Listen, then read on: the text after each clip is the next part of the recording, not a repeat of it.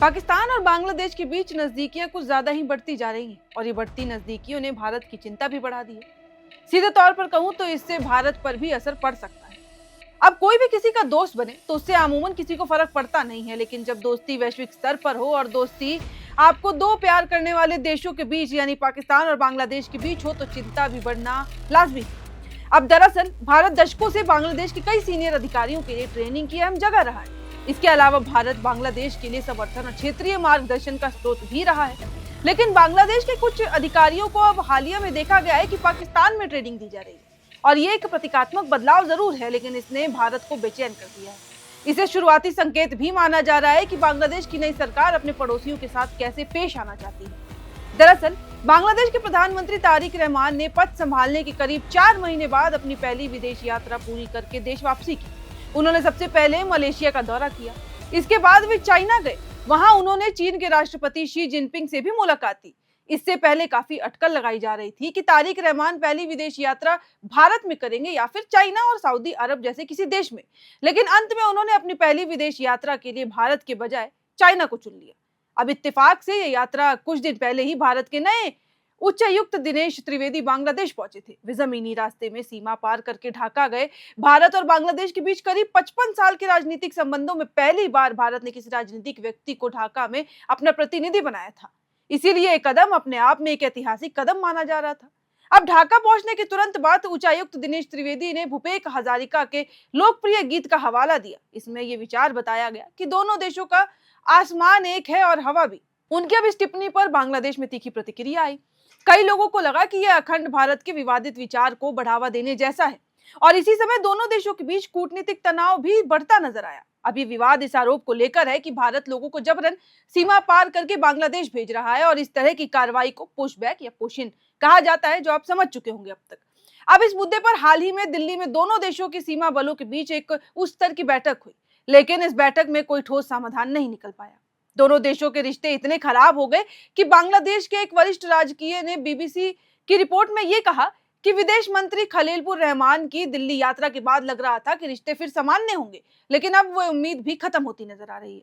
रिश्ते तेजी से गिरते नजर आ रहे हैं और जो उपलब्धियां मेहनत से हासिल की गई थी वो एक एक करके बिखरती नजर आ रही है। हालांकि इस पूरे बयान के बाद एक चीज तो समझ आई कि बांग्लादेश और भारत का रिश्ता जो सुधरने की कगार पे था वो फिर से एक बार टूटते बिखरते नजर आ रहा है। खासकर बांग्लादेश को खास तौर पर उनके उन बयानों पर कड़ा ऐतराज है जिनमें कथित बांग्लादेशी नागरिकों को जबरन सीमा पार भेजने की बात कही गई। बांग्लादेश इसे उकसाने वाला और भड़काऊ स्टेटमेंट मानता है। अब ध्यान देने वाली बात यहाँ यह है कि भारत सरकार के वरिष्ठ अधिकारी भी ये नहीं कह रहे हैं कि रिश्ते खराब हुए हैं, पर वो मानते हैं कि हालात बिगड़ जरूर रहे हैं, लेकिन वे इसका जिम्मा पूरी तरीके से बांग्लादेश पर डालते हैं, क्योंकि उनका कहना है कि ढाका पाकिस्तान के साथ अपने संबंध मजबूत करना चाहता है और वह एक तरह का रणनीतिक रिश्ता है। भारतीय अधिकारियों के मुताबिक ये दोनों देशों के रिश्तों में गिरावट की सबसे बड़ी वजह है। 5 अगस्त 2024 अगर याद हो तो शेख हसीना की सरकार गिरने के बाद बांग्लादेश और पाकिस्तान तेजी से करीब आए। ये बदलाव प्रोफेसर मोहम्मद यूनिस के नेतृत्व वाली अंतरिम सरकार के दौरान दिखा। इस दौरान पाकिस्तान के कई वरिष्ठ सैन्य अधिकारी बार बार बांग्लादेश आए, साथ ही दोनों देशों के बीच व्यापार से लेकर हर चीज को लेकर बात हुई। वहीं दिल्ली में मौजूद भारतीय अधिकारियों ने बीबीसी की एक रिपोर्ट में यह भी कहा कि उन्हें उम्मीद थी कि जब तारिक रहमान की अगुवाई में राजनीतिक सरकार बनेगी तो बांग्लादेश पाकिस्तान से अपनी बढ़ती नजदीकियां कम करेगा। उनके हिसाब से ऐसा नहीं हुआ, जिससे भारत को निराशा मिली और ये निराशा इतनी ज्यादा थी कि भारत ने बांग्लादेश से यह भी अनुरोध नहीं किया कि तारिक रहमान अपनी पहली आधिकारिक विदेश यात्रा के लिए भारत आए। इसके बजाय भारत का रुख काफी ठंडा नजर आया, जो कि लाजमी भी है, क्योंकि उन्होंने साफ संकेत दिया कि तारिक रहमान के भारत आने या ना आने से कोई ज्यादा फर्क नहीं पड़ता, लेकिन अगर दोस्ती होती है तो शायद तब पड़े। क्योंकि अहम सवाल यहाँ यह भी है कि बांग्लादेश और पाकिस्तान के बीच जो नजदीकी दिख रही है उसमें असली मजबूती कितनी है, भारत किस लिए चिंता में आ रहा है, और यह भी सवाल है कि इसमें कितना हिस्सा सिर्फ दिखावटी है। यानी क्या ये सिर्फ एक खास तरह की छवि दिखाने की कोशिश है, क्योंकि चर्चा ये तब तेज हुई थी जब बांग्लादेश के 12 सीनियर नौकरशाहों कि एक दल को 4 मई से 21 मई के लिए लाहौर भेजा गया था। सिविल सर्विसेज एकेडमी में वो लोग एग्जीक्यूटिव ट्रेनिंग प्रोग्राम में हिस्सा लेने गए और जानकारों का ये कहना है कि ये कदम दिखाता है कि प्रधानमंत्री तारिक रहमान बांग्लादेश को ज्यादा राजनीतिक गुंजाइश देना चाहते हैं, क्योंकि पूर्व नेता शेख हसीना के समय में भी भारत के साथ बहुत करीबी संबंध थे। और ये पहल भी ऐसे समय हुई जब भारत बांग्लादेश की विदेश नीति की दिशा पर बारीकी से नजर रख रहा था। खासकर पाकिस्तान के साथ संबंधों को सामान्य बनाने पर जमानते इस्लामी जैसी इस्लामिया पार्टी भी साफ घरेलू प्रभाव पर नजर आई। और अब बांग्लादेश में पाकिस्तान को लेकर सैन्य कार्रवाई भी की जा रही है और ये घटनाक्रम सवाल इस बात पे उठाते हैं कि ये रिश्ते भारत के लिए कितना नुकसानदायक साबित हो सकते हैं, क्योंकि सिर्फ क्षेत्र को लेके ही नहीं बल्कि हर चीज को लेके एक रणनीति बनाई जा रही है। और बीबीसी की जो ये रिपोर्ट है इसमें कई सवाल जो हैं वो खड़े हुए हैं, वो बहुत लाजमी है क्योंकि सारी गतिविधियों पर नजर रखते हुए खड़े किए गए हैं। उनका कहना है कि पाकिस्तान की खुफिया एजेंसी का पहला बांग्लादेश की सेना, प्रशासन और सरकारी संस्थानों पर काफी असर था। अब वे किसी भी कीमत पर उस प्रभाव को फिर से हासिल करना चाहते हैं और इसीलिए बांग्लादेश और पाकिस्तान के अधिकारी लगातार एक दूसरे के देश में बैठक कर रहे हैं और एक दूसरे को सहयोग देने की कोशिश कर रहे हैं। और इसीलिए ये पूरा जो विवरण है, ये जो पूरा घटनाक्रम है, इसकी वजह से भारत पे भी कहीं ना कहीं असर पड़ सकता है, क्योंकि भारत दोनों देशों के बीच आता है और भारत का संबंध दोनों देशों के साथ उतना अच्छा नहीं है। पाकिस्तान के मुताबिक कहीं ना कहीं बांग्लादेश से थोड़ा बेटर है, लेकिन उतना बेहतर नहीं है।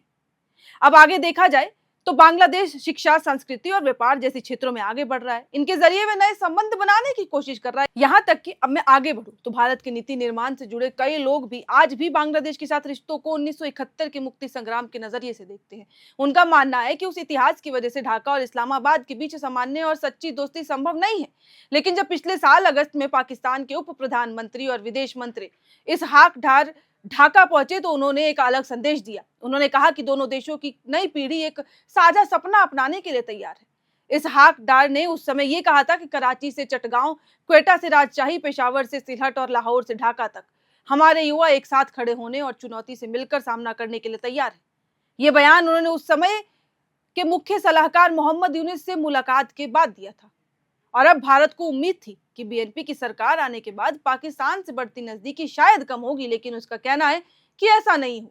भारत की सत्तारूढ़ बीजेपी के करीब माने जाने वाले विदेशी नीति के एक जानकार शुभ्र कमल दत्ता ये भी कहते हैं कि प्रधानमंत्री तारिक रहमान खुद एक सम्मानित स्वतंत्र सेनानी के बेटे हैं। हमें उम्मीद थी कि वो आगे बढ़ेंगे, पहल करेंगे, लेकिन ऐसा कुछ नहीं हुआ। लेकिन 100 दिन से ज्यादा समय बीत जाने के बाद भी ऐसा कोई संकेत अभी भी नहीं मिला और अंतरिम सरकार के जैसे ही अब भी पाकिस्तान के समर्थन और इस्लामी समूह राजनीति और सार्वजनिक जीवन में प्रभावी नजर आते हैं, उससे लगता है कि ऐसा शायद अब हो भी ना। उनका यह भी कहना है कि 1971 के युद्ध के दौरान पाकिस्तान की सेना ने कई महिलाओं के खिलाफ भयानक अत्याचार किए थे और उसने कभी औपचारिक रूप से उसके लिए माफी तक नहीं मांगी। उनके अनुसार बांग्लादेश के लोगों के मन का गुस्सा इतनी जल्दी खत्म नहीं हो सकता था, लेकिन पाकिस्तान से अब नजदीकियां बढ़ रही हैं और इसी वजह से मुझे लगता है कि अगर बीएनपी पाकिस्तान से नजदीकी दिखाने की कोशिश करती है तो इसका उल्टा असर होगा। अंत में बीएनपी को समझ आएगा कि पाकिस्तान उसका सच्चा दोस्त नहीं है, लेकिन शायद तब तक बहुत देर हो चुकी होगी।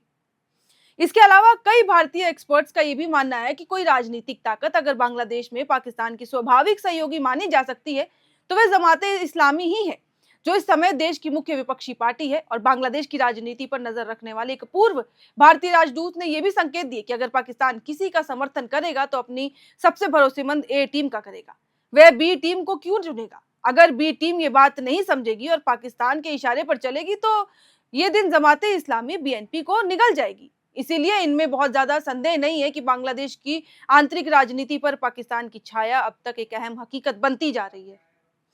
हालांकि भारत का बांग्लादेश की कूटनीति, व्यापार और अर्थव्यवस्था में अब भी प्रभाव बड़ा है। ऐसे में सवाल एक और उठता है कि ढाका पाकिस्तान से ज्यादा करीब दिखकर नई दिल्ली को नाराज क्यों करना चाह रहा है। सूत्रों के मुताबिक बांग्लादेश सरकार के एक वरिष्ठ अधिकारी का यह कहना है कि बांग्लादेश भी मानता है कि उसे भारत के साथ पाकिस्तान की तुलना में मजबूत संबंध बनाने चाहिए, लेकिन उनका यह भी कहना है कि भारत की घरेलू राजनीति की मजबूरियां रिश्तों को दूसरी दिशा में ले जा रही हैं। उन्होंने यह भी बताया कि तारिक रहमान की सरकार बनने के कुछ समय बाद 2 प्रभावशाली लेफ्टिनेंट जनरलों का तबादला भी कर दिया गया। क्यों? सिर्फ कारण इतना था कि दोनों ही पाकिस्तान गए थे और पाकिस्तान के साथ कुछ बातें भी की होंगी। हालांकि वो पॉजिटिव भी हो सकता है, लेकिन हमने फिर भी कोई रिस्क लेते हुए उनको हटा दिया, उनका तबादला कर दिया। अधिकारी ने यह भी कहा कि लेकिन ऐसे कदमों का सकारात्मक जवाब देने के बजाय हमने देखा कि हिमंता बिस्वा शर्मा और शुभेंदु अधिकारी लोगों को जबरन सीमा पार भेजने की बात कर रहे थे। इससे हमें भी लगा कि भारत रिश्ते बिगाड़ रहा है। अब कई जानकार मानते हैं कि भारत की घरेलू राजनीति का असर उसकी विदेश नीति पर पड़ता है। फिर भी उनका कहना है कि बांग्लादेश के मामले में भारत को पाकिस्तान के मुकाबले कहीं ज्यादा फायदा है। लंदन के भू राजनीतिक विश्लेषक प्रियजीत देबस्कार के कहते हैं कि पश्चिम एशिया संकट के दौरान अतिरिक्त ऊर्जा आपूर्ति हो या कोविड महामारी के समय वैक्सीन, हर बार भारत ने बांग्लादेश की सहायता की है। पाकिस्तान कभी सामने नहीं आया। इसीलिए ढाका और इस्लामाबाद के बीच मौजूदा नजदीकी हैरान करती है। उनका यह भी कहना है कि पाकिस्तान खुद आर्थिक और व्यापारिक कठिनाइयों से जूझता है। ऐसे में यह सवाल उठता है कि बांग्लादेश की कितनी मदद कर पाएगा और बांग्लादेश कितना भरोसा कर रहा है। उनके अनुसार पाकिस्तान अपने खास सहयोगी चाइना के साथ भी पहले जैसा मजबूत प्रभाव नहीं रखता। इसी वजह से कई एक्सपर्ट्स का मानना है कि अगर भारत उकसावे वाली बातों पर प्रतिक्रिया देने से बचे और बांग्लादेश के प्रति बैलेंस और दोस्ताना नीति अपनाए तो ढाका धीरे धीरे खुद पाकिस्तान से हट जाएगा। लेकिन ये पूरी बात तो तब उठती है जब बांग्लादेश ऐसा चाहता, क्योंकि लगातार बांग्लादेश की ओर से भी बयानबाजी तो जारी रहती है। वो भारत पे भी बयानबाजी करता है और अब जब पाकिस्तान से सटता नजर आ रहा है तो कुछ तो लोग कहेंगे और बातें भी बनेंगी। खैर, अब असल मामला क्या है ये भी अभी तक स्पष्टीकरण इस पे नहीं आई है, लेकिन एक्सपर्ट्स ने चेतावनी जरूर दी है कि अगर दिल्ली को लगता है कि गतिविधियां भारत के रणनीतिक हितों को नुकसान पहुंचा रही है तो फिर कदम उठाने की जरूरत है और हमें ये सोचने की जरूरत है कि हम बांग्लादेश पे कितना भरोसा कर सकते हैं। यानी कुल मिलाकर इसे इस तरीके से देखा जा रहा है कि बांग्लादेश की नीति भारत पर दबाव बनाने की कोशिश है। इस कारण वे न सिर्फ पाकिस्तान के करीब जा रहे हैं बल्कि उससे सैन्य संबंध भी मजबूत कर रहे हैं। और ऐसी खबरें हैं कि बांग्लादेश जल्द ही पाकिस्तान से JF-17 फाइटर जेट भी खरीद सकता है और बांग्लादेश और पाकिस्तान सैन्य अभ्यास भी कर रहे हैं। ऐसे में मोहम्मद यूनुस सरकार पाकिस्तान के साथ दोस्ती पर बांग्लादेशी कट्टरपंथियों को भी साथ दे रही है और जो आमतौर पर भारत विरोधी रुख रखते हैं। और भारत विरोधी रुख जो है वो भारत के लिए कभी भी फायदेमंद कैसे हो सकता है। और ये पूरा मामला, ये पूरा घटनाक्रम बस इसी चीज को लेकर है कि अब पाकिस्तान और बांग्लादेश की दोस्ती भारत पर कितना असर डाल सकती है। दोस्ती हो तो ठीक हो, लेकिन अगर ऐसी चीजें चलती रहेंगी तो फिर ये भारत के लिए खतरे से खाली नहीं है और भारत के लिए काफी ज्यादा भारत पे असर भी पड़ेगा। लेकिन इस मामले में आगे क्या कुछ होता है, हमारी नजरें जियोपॉलिटिक्स की हर खबर पे जुड़ी है। हमारी पाकिस्तान से लेके बांग्लादेश, हर कोई, इनकी कूटनीतिक रणनीति क्या है, ये लोग किस तरीके से आगे किस तरीके की कार्रवाई कर रहे हैं, नई परियोजनाएं ला रहे हैं, इससे भारत पर क्या असर पड़ेगा, हम सब कुछ पे ध्यान दे रहे हैं। जो भी अपडेट्स आएंगी, खबरें आएंगी, वो अब तक साझा करते रहेंगे। इस वीडियो में फिलहाल इतना ही। कैमरे के पीछे मौजूद है मेरे सहयोगी सुमन और ऐसे ही और तमाम खबरों के लिए आप देखते रहें air now. FRP pressure vessels are made using fiber reinforced plastic, a powerful combination of high-strength glass fibers and corrosion-resistant resin. At Duraplast, we manufacture these vessels using advanced filament winding technology. Layer by layer, resin-coated glass fibers are precisely wound over a rotating mold, creating a structure that is lightweight, high-strength, and built to handle pressure. The result? Superior corrosion resistance, longer lifespan, lower maintenance costs for industries that demand performance without compromise. For customized FRP pressure vessel solutions,